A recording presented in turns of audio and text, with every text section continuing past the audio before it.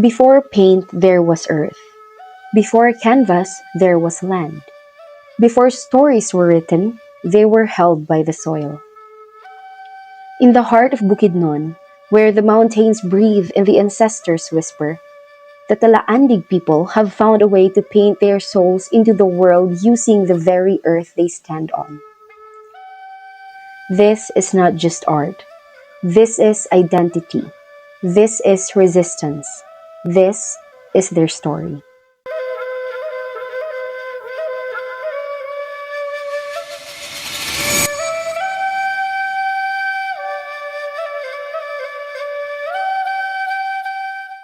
In the municipality of Lantapan, province of Bukidnon, lives the Talaandig tribe, one of the indigenous communities known for deep connection to the land and their unique soil-based art. For the Talaandig, soil art is not just a creation. It is their way to tell their stories, defend their land, and preserve their identity.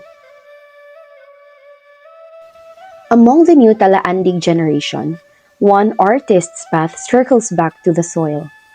She first held a brush as a child, but it was only after leaving the corporate world and returning home that her art truly took root. So, hello, good afternoon. My name is Elahi Saway, but you can call me Ella. I am 28 years old. I live in Burgos, Tulugan, Sungko, Lantapan, Bukidnon. How my journey as an artist began? It actually started year 2016. I started doing art when I came back from Manila, working as call center agent. Actually, I began doing paint when I was a child. Oh, when I was grade 6, actually. We do it at school, at elementary. Um, at first, I think art is just a thing that we can play or whatsoever. At that time, I was a little girl pa, so I don't think art is very important pa. Hindi pa siya nasa isip ko na art pala is isa sa pinakamagandang gagawin ko in the future when I become older. How has growing up in Lantapan, Bukidnon influenced my identity and your art? Being a lumad actually influenced my identity sa art in a way that um, the story of being a lumad is one of the medium or one of the story that I think I could put on the canvas to express the story, the ways of culture about Lantapan. So I guess my culture and my identity as Talaandig or Talaandig princess is the one that influenced the identity when it comes to doing art. For Ella, soil painting, the practice that her father began the year she was born, has become her language. In her hands, earth turned into pigment and history turned into messages. She paints with the voice of her homeland, using soil as a script and art as a messenger. Here in the Talaandig community, every artwork begins with the heartbeat of the earth. The soil is not just a material. It is a sacred connection to the spirit that guides their people. Why is soil considered sacred in your tradition? Soil is actually considered sacred in our tradition. It's because if we think of the roots of the Talandig people, we honor the goddess or goddesses of the earth or the soil itself. We Talandig people, whenever we plan to grow plants or grow crops, we have to ask permission from our talabugta or talabugta is the goddess of the soil for us to have abundant harvest in the future. What spiritual values or rituals are involved in making oil-based art? If we talk about spiritual values or rituals involved in making soil art, is of course number one. Before gathering soil pigments, we actually asked the spirit guides or the goddess of the soil that we're going to get some of the soil colors that we're going to use for doing art. There are actually rituals with regards to creating art, of course. One of that is before we paint an actual artwork or before we create the actual painting, sometimes we ask permission to our guidance or to the spirit guides because there are actually messages that is very heavy and um, very cultural related that we have to follow the rituals here in Talaandig. Are there specific colors of soil that have special meanings? Yes, there is actually the red, white, and black, the primary colors in soil, or the primary pigments of soil. The first one, let's talk about the red. Red soil color or pigment symbolizes bravery, and white symbolizes purity, and black symbolizes balance. For the Talaandig, soil is sacred, a gift from Talabugta, goddess of the earth. Before planting or creating, they pause to seek her blessing and honor the land that sustains them. In their hands, soil becomes art, its colors carrying special meanings, its stories warm and welcoming, preserving identity and harmony with the land. For Talaandig, soil art is never just a painting. It carries political meaning. Each work holds deep stories of land, identity, and struggle.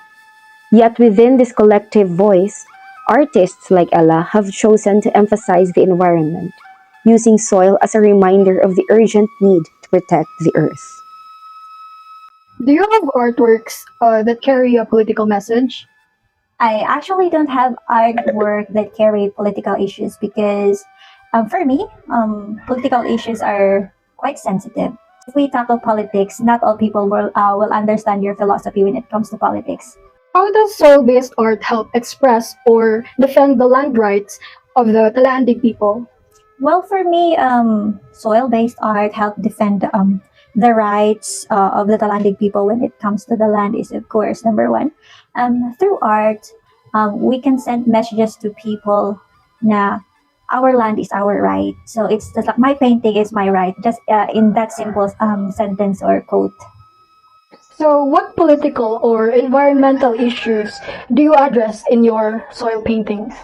Actually, I am more of environmental issues. Some of my paintings talks about environmental issues because, as we can see, Mother Nature really needs rescue from people who truly care. So, my paintings sometimes imply the message of encouraging everyone to always take good care of Mother Earth or Mother Nature because without Mother Nature, um, in the future, people will always suffer or will suffer. Ella avoids banners and slogans. Her soil paintings are warm, inviting, and free from overt politics.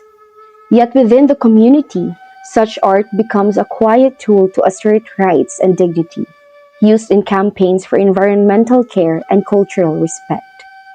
Her subject is the earth itself, urgent pleas to protect Mother Nature so future generations may live.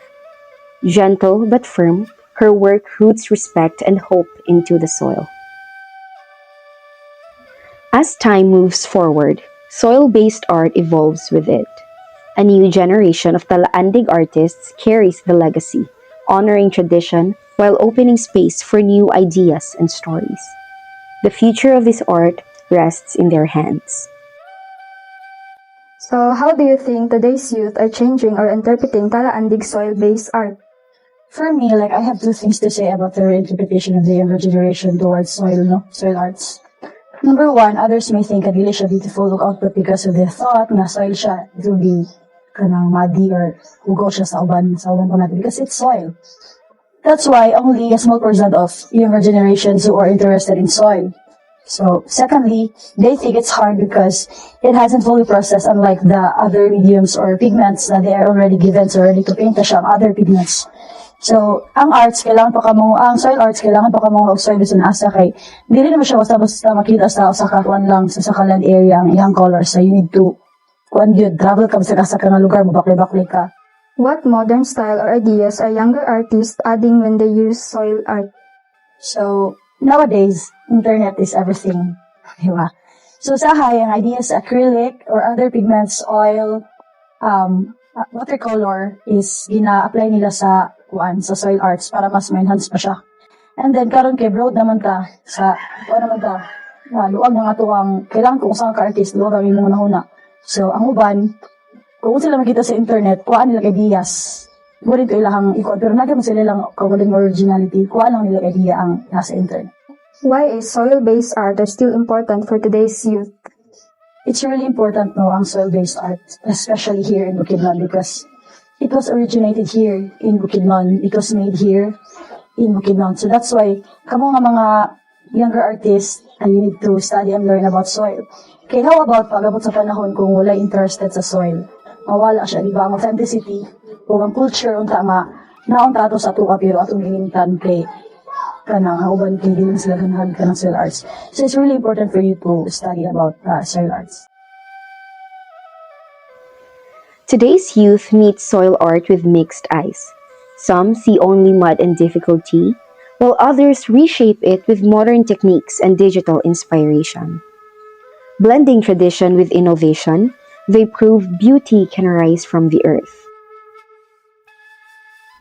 Soil art remains essential, a heritage born of Bukidnon's land. If the youth carry it forward, it endures not just as pigment, but as pride and legacy rooted in the soil. As the story of soil art comes full circle, Ella turns to the heart of her work, not just pigments or tradition, but the feelings she hopes to awaken. In every piece, she offers harmony, warmth, and a spirit that is friendly and open to all. What feelings or messages do you want people to feel when they see your creation? When we talk about feelings and messages, I think I want people to feel the warm welcome, the positive energy, and of course the light, because they are actually artworks that at first if you see them, or at first if you get to see them, you feel the heavy message of the art. So that's why I try my best to create a painting or an artwork that feels warm, light, welcoming, friendly to everybody, and an artwork that does not have messages, or a painting that does not have or does not imply messages about conflicts. From soil to soul, Talaandig art speaks with the voice of the land, earth turned into pigment, memory, and prayer. In every canvas, the heavy weight of history is transformed into something gentle, something hopeful. Younger hands now weave new ideas into ancient earth, ensuring the story does not fade but grows richer. As long as the soil breathes, the Talaandig story will live on. Art that welcomes, heals, and reminds us of our shared identity. May we learn to listen to the soil, protect it, and carry its promise forward.